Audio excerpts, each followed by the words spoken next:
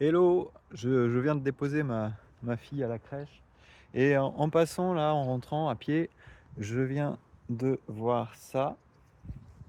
Alors je voulais vous le montrer, je voulais vous en parler, je voulais partager avec vous ce que je vois.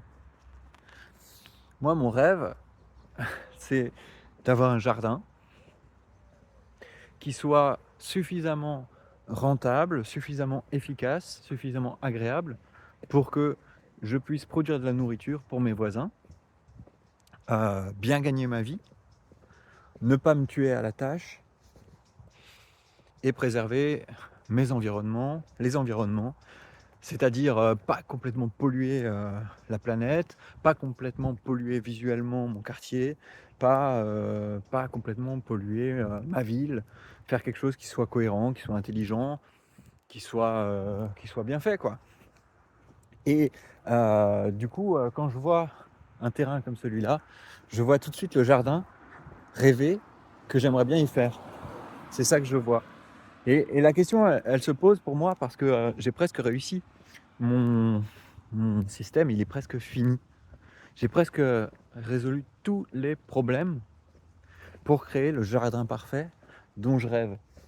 C'est-à-dire que j'ai réussi à installer la clôture idéale pour protéger des sangliers, du gibier, aussi un petit peu des voleurs, même en autonomie, en solaire. J'ai réussi à installer la bonne pompe qui permet la bonne irrigation, ce qui est important. J'ai réussi à gérer les problèmes de fertilité. J'ai trouvé des solutions techniques qui permettent de faire que il n'y a pas besoin de désherber tout le temps, qu'il n'y a pas besoin euh, de se casser le dos à travailler le sol, voilà, j'ai réussi à créer un système qui est efficace. D'ailleurs, j'en profite pour faire une petite parenthèse. Moi, je suis Nathanaël, donc je travaille à ce projet-là. Je suis néo-agriculteur, je suis aussi père de famille, je suis aussi habitant d'un quartier que j'ai envie de voir progresser. Et si tu as envie de vraiment de faire partie du petit club, tu peux t'inscrire à la newsletter qui est sur mon site lesgrandsjardins.fr ou nathanaelfray.fr. Là, tu trouveras la newsletter, tu pourras t'abonner et comme ça, tu auras un peu les contenus les plus privés. Voilà, regardez, hop, un grand champ énorme. Et moi, j'aurais pas besoin de tout ça, moi. Juste un petit bout. Tiens, d'ailleurs, regardez, je sais pas si vous la voyez là, comment je peux vous la montrer sur la vidéo. Là, hop, hop, hop. Ici, vous avez une cigogne qui habite juste là. Elle est souvent là, c'est notre petite cigogne du quartier.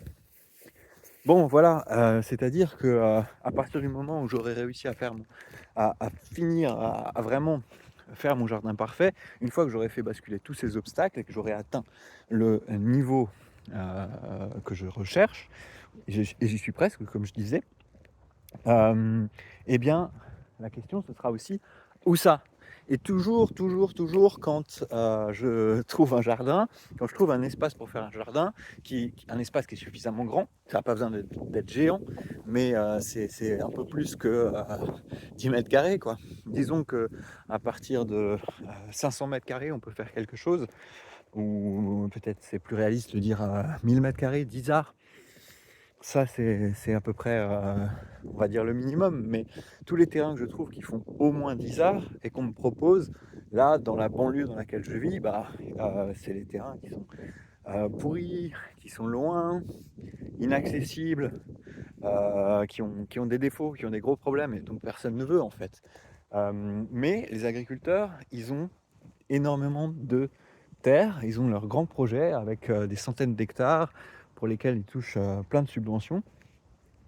Et moi, ce que je voudrais, ce serait faire mon jardin derrière chez moi, ou en tout cas dans mon quartier. J'aimerais avoir un jardin qui est chez moi, dans mon quartier, qui est un jardin qui me permettrait de nourrir les gens qui sont autour de chez moi et qui sont autour du jardin. Vous voyez, c'est ça que je veux faire, moi. Ça m'intéresse pas trop de prendre un terrain à l'autre bout de la ville ou très loin, et puis d'aller travailler là-bas et ensuite de ramener ici, ou alors de ramener encore ailleurs des produits, de la nourriture pour nourrir d'autres gens. Donc voilà, et maintenant ma quête, après avoir résolu tous ces problèmes pour que mon jardin devienne suffisamment efficace, bah, c'est de réussir à motiver, à convaincre, à mettre la pression un peu aux agriculteurs de mon quartier, qui est pas je suis pas dans un village, mais ça marcherait aussi dans un village. Moi, je suis en banlieue à Strasbourg. Dans mon quartier, les agriculteurs, ils pourraient refiler un petit bout de terrain. Hein, c'est pas grand-chose, je veux dire, quand ils ont des hectares et des hectares, ça veut dire des centaines et des centaines d'arts, des milliers d'arts. Ils pourraient enfiler 10 par-ci, 10 par-là, pour que une personne comme moi qui a ce rêve de produire de la nourriture pour ses voisins, directement, puisse le faire. Mais c'est assez compliqué. Bonjour. En fait, c'est beaucoup plus compliqué que ce qu'on pourrait penser. Donc là, c'est un petit peu le nouvel obstacle qu'il faut que je fasse tomber. C'est un peu un nouveau travail que je vais faire et que je vais partager ici avec vous. Voilà. Alors, eh ben, je vous tiens au courant. À bientôt et bonne